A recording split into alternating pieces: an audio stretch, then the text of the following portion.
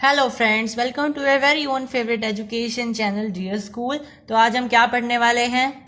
आज हम class 10 biology का last chapter that is a environment को कंटिन्यू करने वाले हैं।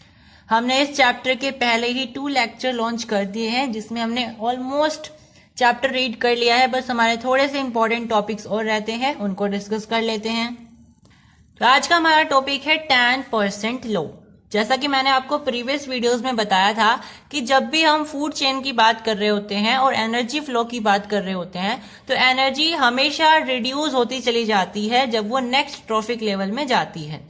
मतलब जितना भी सक्सेसिव ट्रॉफिक लेवल बढ़ते चले जाते हैं तो एनर्जी जो है एक तरीके से घटती चली जाती है।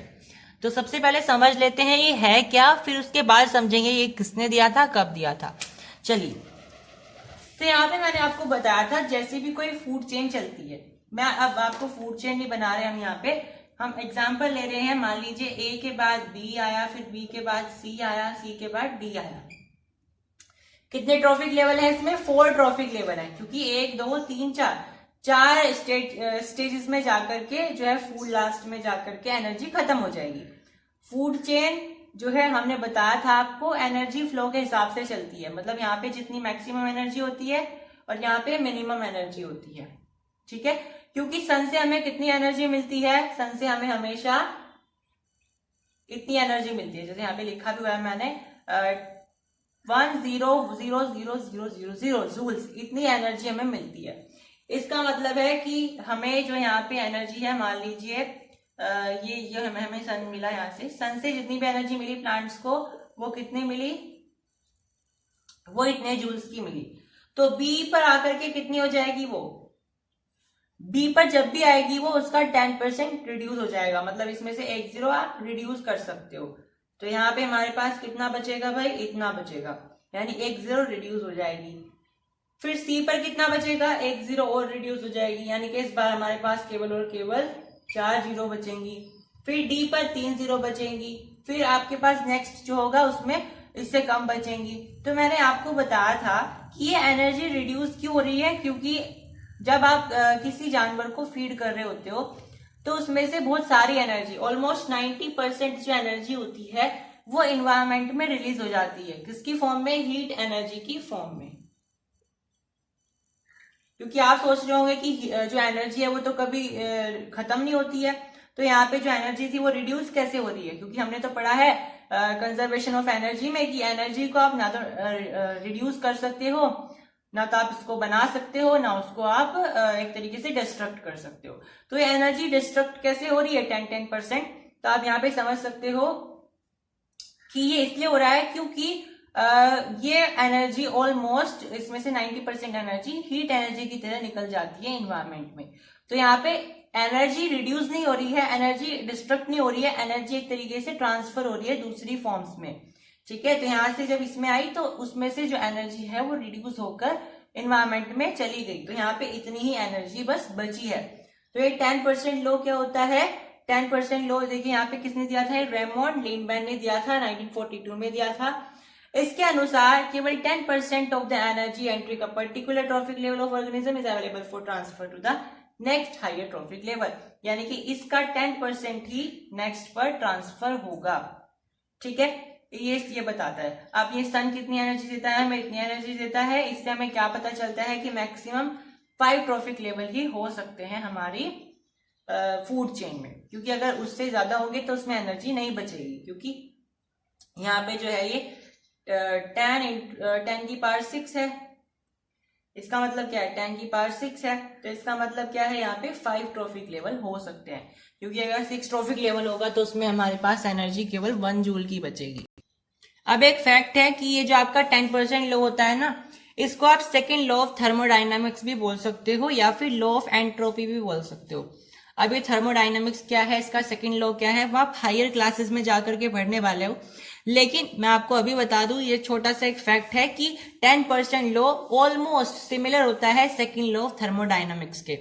थर्मोडाइनमिक्स के सेकेंड लॉ में भी बिल्कुल यही बात कही जाती है कि जो आपकी हीट का एनर्जी का जो फ्लो होगा उसमें से 10% ही नेक्स्ट ट्रॉफिक लेवल पे पहुंचेगी, बाकी 90% जो है वो आपके इन्वायरमेंट में रिलीज हो जाएगी किसी दूसरी एनर्जी की फॉर्म में। अब जो आपकी फूड चेन होती है उसमें क्या होता है, हीट एनर्जी की फॉर्म में निकल जाती है वो 90% एनर्जी। नेक्स्ट टॉपिक है हमारा बायो एक्यूमुलेशन और बायो मैग्निफिकेशन। अब ये क्या होता है इसको समझते हैं। बायो एक्यूमुलेशन का मतलब होता है कि अगर इन्वायरमेंट से कोई भी पोल्यूटेंट हमारी फूड चेन में एंटर कर जाता है, अब एंटर करने के बाद वो जो पोल्यूटेंट है वो हमारे फूड चेन की सबसे पहली ट्रॉफिक लेवल पे आकर के इकट्ठा होना स्टार्ट हो जाए, एक्यूमुलेशन स्टार्ट कर दे, उसको हम बोलते हैं बायो एक्यूमुलेशन। मान लीजिए ये हमारी फूड चेन है, ये ए है, ये बी है, फिर ये सी है। तो यहाँ पे क्या होगा, कोई पोल्यूटेंट आएगा, ये मान लीजिए पोल्यूटेंट है, ये यहाँ पे आके इकट्ठा हो गया। अब इसके जैसा ही एक और आएगा, ऐसे ही एक और आएगा, तो इस ए ट्रॉफिक लेवल पे आकर के बहुत सारे पोल्यूटेंट एक्यूमुलेट हो जाएंगे, तो हम इसको बोलते हैं बायो एक्यूमुलेशन। तो बायो एक्यूमुलेशन में क्या होता है, पोल्यूटेंट की जो हम बोल सकते हैं कंसंट्रेशन है वो बढ़ जाती है पहले ट्रॉफिक लेवल पर। अब बायो मैग्निफिकेशन क्या होता है, बायो मैग्निफिकेशन भी बिल्कुल सेम होता है, बस इसमें एक स्टेप और आगे बढ़ जाता है। जैसे यहाँ पे फर्स्ट ट्रॉफिक लेवल पे आके इकट्ठा हो गया था ना ये पोल्यूटेंट, अब ये इकट्ठा नहीं होगा, अब ये आगे फ्लो करेगा। मतलब अब तक तो ये फूड चेन की सबसे पहली ट्रॉफिक लेवल पे आके एक्यूमुलेट हो गया था, अब ये क्या करेगा, बाकी के जो फूड चेन के ट्रॉफिक लेवल्स हैं उन पे जाकर के मूव करेगा, यानी कि आगे इस पे जाएगा, फिर आगे इस पे जाएगा। तो इसके पास एक टेंडेंसी होती है कि ये एक ट्रॉफिक लेवल से दूसरे ट्रॉफिक लेवल पे मूव करे, लेकिन बायो एक्यूमुलेशन में वो एक ही ट्रॉफिक लेवल पर, यानी सबसे पहले ट्रॉफिक लेवल पे आकर के इकट्ठा होने लगता है। अब आगे बढ़ने से पहले मेरे पास आपके लिए एक क्वेश्चन है। मान लीजिए ये आपकी कोई फूड चेन है, ए से बी, फिर बी से सी और सी से डी।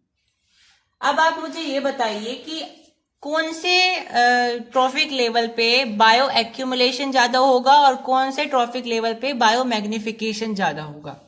जल्दी से वीडियो को पॉज करके कमेंट में लिखिए। यस, बायो एक्यूमुलेशन किस में होगा, ए में होगा, क्योंकि बायो एक्यूमुलेशन सबसे पहले ट्रॉफिक लेवल पे आकर के इकट्ठा होता है, तो सबसे मैक्सिमम पहले ट्रॉफिक लेवल यानी कि बायो एक्यूमुलेशन ए पर सबसे ज्यादा होगा। लेकिन बायो मैग्निफिकेशन ट्रॉफिक लेवल पे मूव करता रहता है, यानी अभी ए में है तो बी में जाएगा, फिर सी में जाएगा, फिर डी में जाएगा, यानी वो सबसे लास्ट ट्रॉफिक लेवल पे आगे एक्यूमुलेट हो जाता है। तो बायो मैग्निफिकेशन डी पे सबसे ज्यादा होगा। अब इससे हम क्या रिजल्ट निकाल सकते हैं भाई, जनरली हम क्या करते हैं, फूड चेन की ह्यूमन लास्ट में आते हैं, ह्यूमन बींग्स है ना हम, तो ह्यूमन बींग्स फूड चेन के सबसे लास्ट में आते हैं जनरली।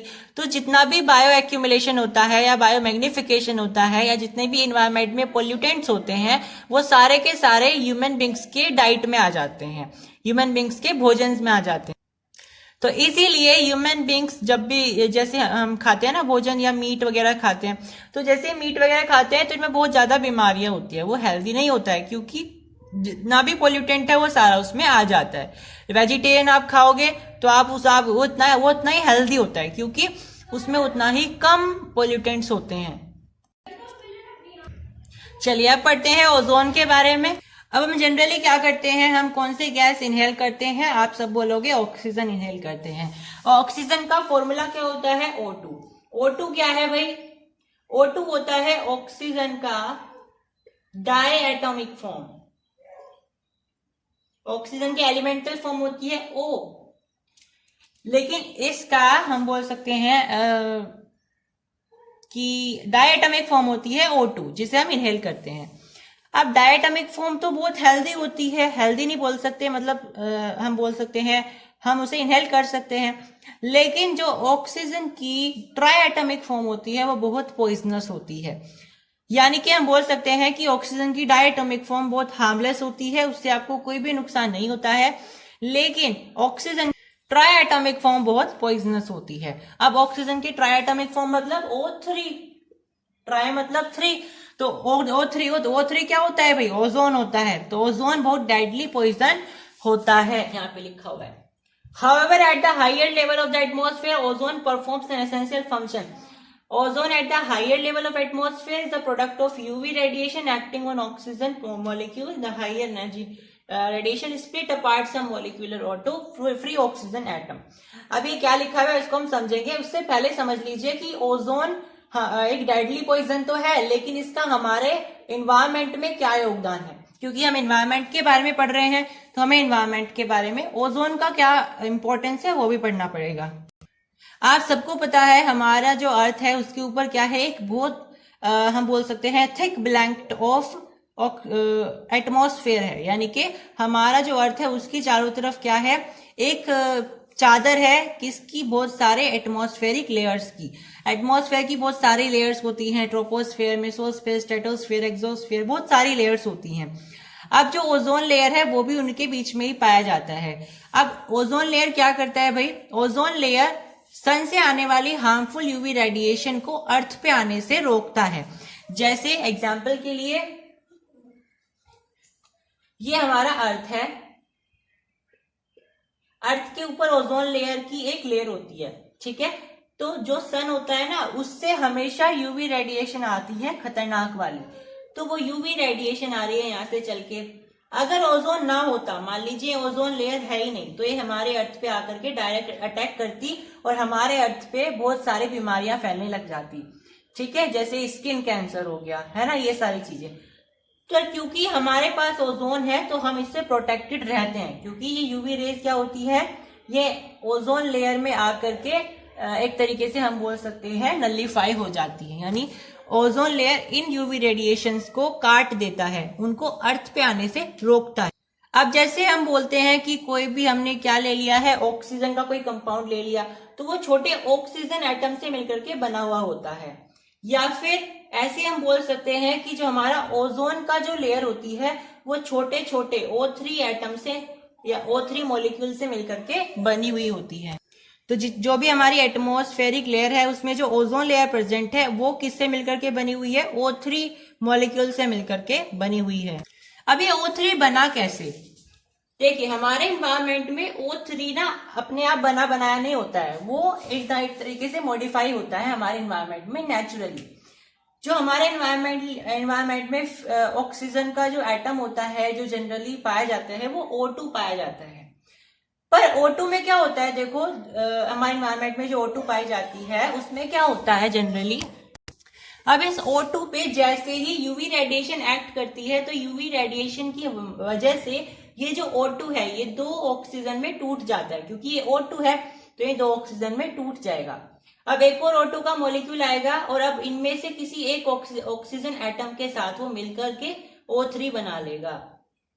समझ में आया? तो सबसे पहले O2 यूवी रेडिएशन की वजह से एक तरीके से हम बोल सकते हैं यूनी एटॉमिक फॉर्म में बदल जाता है, यानी O2 मोनो एटॉमिक फॉर्म में बदल जाता है।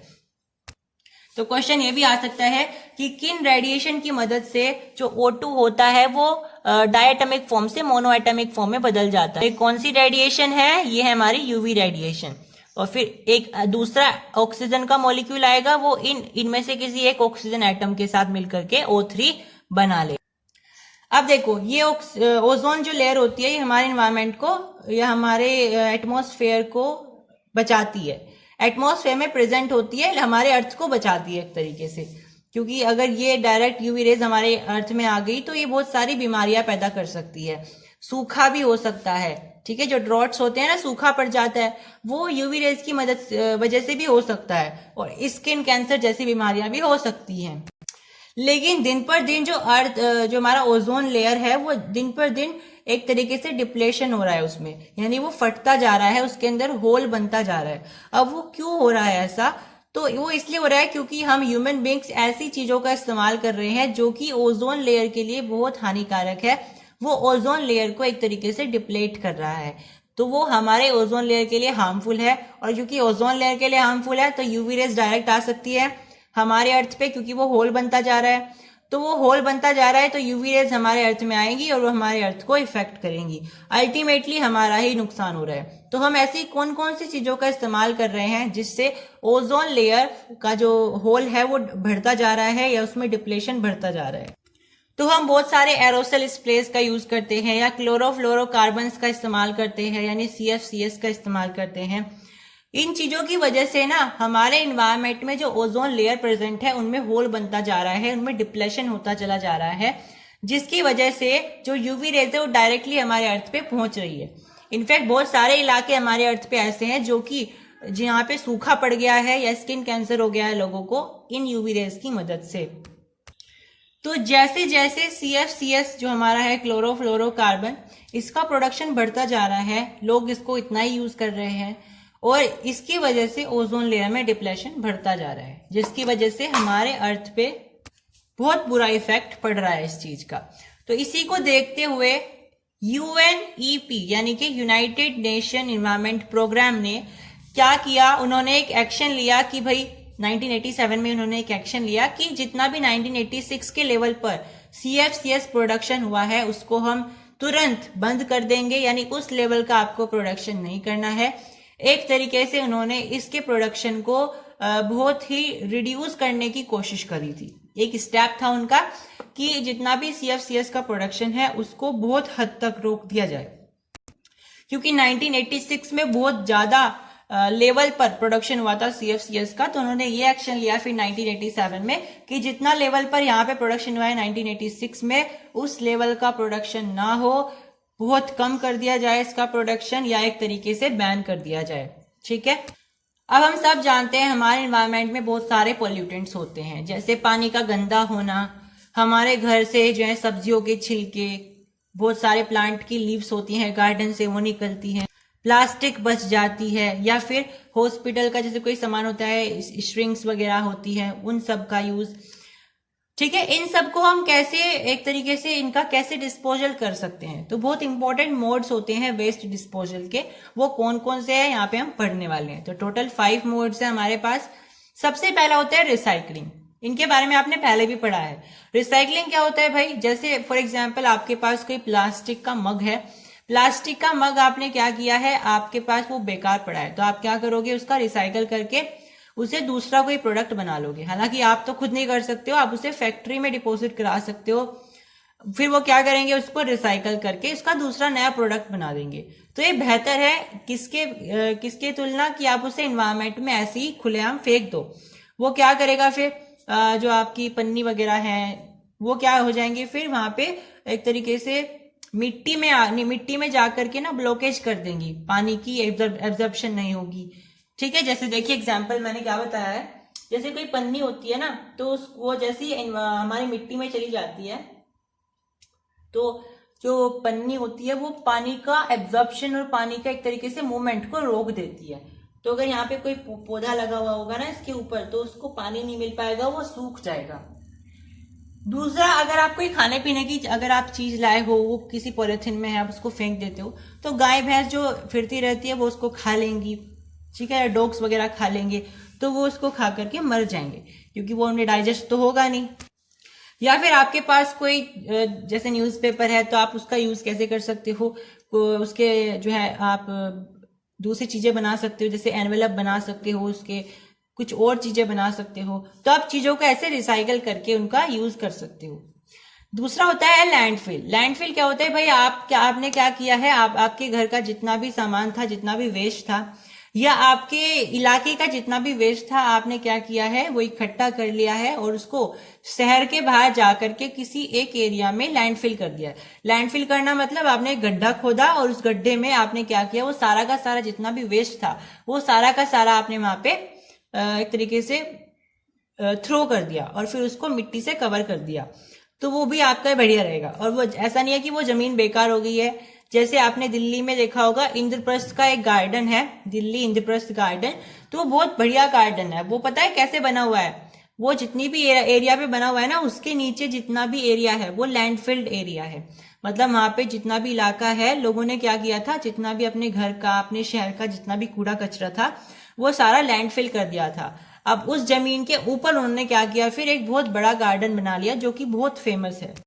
Preparation of compost. कंपोस्ट का क्या मतलब होता है, मैंने आपको पहले भी बताया है। भाई आप क्या कर सकते हो, अपने घर का जितना भी सब्जियों का जो छिलके होते हैं या फल के छिलके होते हैं या प्लांट के गार्डन से यूज बच जाती है, इन सब का आप कंपोस्ट बना सकते हो और फिर अपने खेती में यूज कर सकते हो, अपने लॉन में यूज कर सकते हो।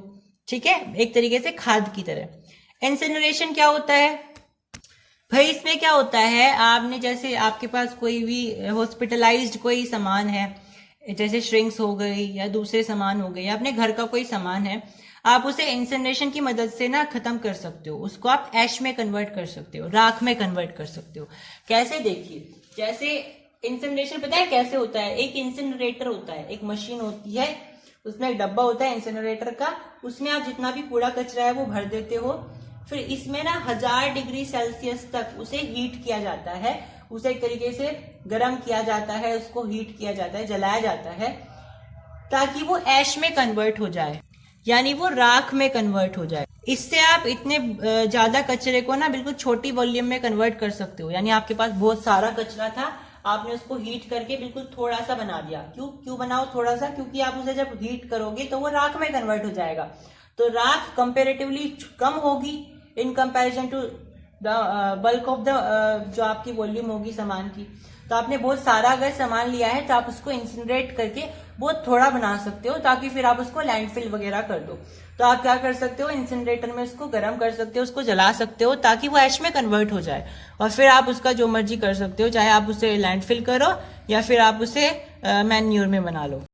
मैन्योर तो बनेगा नहीं, तो आपके पास एक ऑप्शन होगा कि आप उसे लैंडफिल कर सकते हो। तो ये कब होता है यूजफुल? जब होता है जब आपके पास बहुत ज्यादा सामान हो वेस्ट का, और आप उसे उसकी जो वॉल्यूम है वो आप कम करना चाहते हो, तो आप क्या कर सकते हो, उसे इंसिनरेटर में भून सकते हो। फिर वो बहुत कम रह जाएगा, क्योंकि उसकी राख राख बचेगी आपके पास। अब इसका पता है क्या डिसएडवांटेज होता है? ये हमेशा आपको सामान को ऐश में बदल करके देगा, यानी राख में बदल करके देगा, और फिर आपको उसे लैंडफिल करना पड़ेगा। तो इसकी डिसएडवांटेज है कि आप इसे कंपोस्ट नहीं बना सकते हो, जो कि आप खाद में इस्तेमाल कर पाओ, तो इसे आपको लैंडफिल ही करना पड़ता है।